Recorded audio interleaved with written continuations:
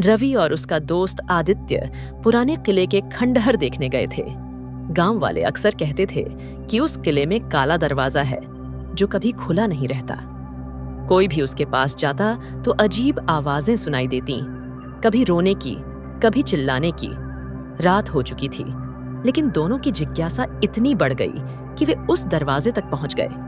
दरवाजा बिल्कुल काला था, जैसे कोयले से बना हो। अचानक हवा ठंडी हो गई और अंधेरा और गाढ़ा। आदित्य ने मजाक में दरवाजे पर हाथ रखा, तभी उसके कान में किसी औरत की फुसफुसाहट गूंजी। तुम्हें यहाँ नहीं आना चाहिए था। रवि डर कर पीछे हट गया, पर आदित्य हंसने लगा। तभी दरवाजा अपने आप कांपने लगा और उसमें से लाल रोशनी झलकने लगी, जैसे कोई अंदर से धक्का दे रहा हो। आवाजें तेज होती गईं, हजारों लोगों की चीखें। आदित्य डरकर पीछे हटना चाहता था, लेकिन उसका हाथ दरवाजे से चिपक गया। वह जितना खींचता उतना ही फंसता जा रहा था। रवि ने उसे खींचने की कोशिश की, लेकिन दरवाजा अचानक खुल गया। अंदर से घना अंधेरा और ठंडी हवा निकली और उसी पल आदित्य चीखता हुआ अंदर खिंच गया। दरवाजा जोर से बंद हो गया। रवि गिर पड़ा और कांपते हुए देखता रह गया। अब वहां सिर्फ सन्नाटा था। उस दिन के बाद आदित्य कभी वापस नहीं आया।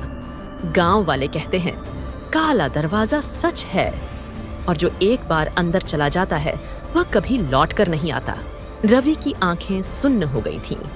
उसने अपने दोस्त आदित्य को अपनी आंखों के सामने काले दरवाजे में समाते देखा था।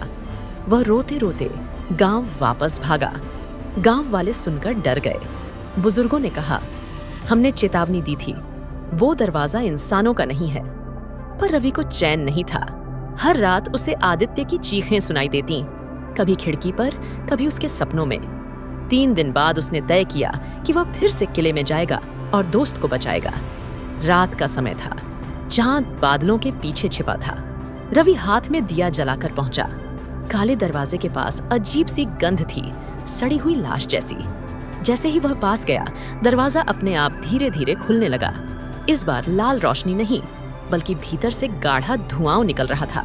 अंदर अंधेरा गहरा था, पर उस अंधेरे में अचानक उसे आदित्य की परछाई दिखी। रवि, बचा ले! उसकी आवाज बहुत दूर से आ रही थी।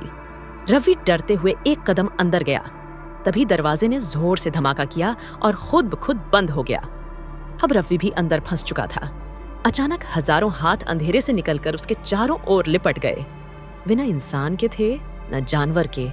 औरतों, बच्चों और बूढ़ों की चीखें गूंजने लगीं, और उसी अंधेरे में लाल आंखों वाला एक डरावना चेहरा सामने आया। अब तुम दोनों हमारे हो,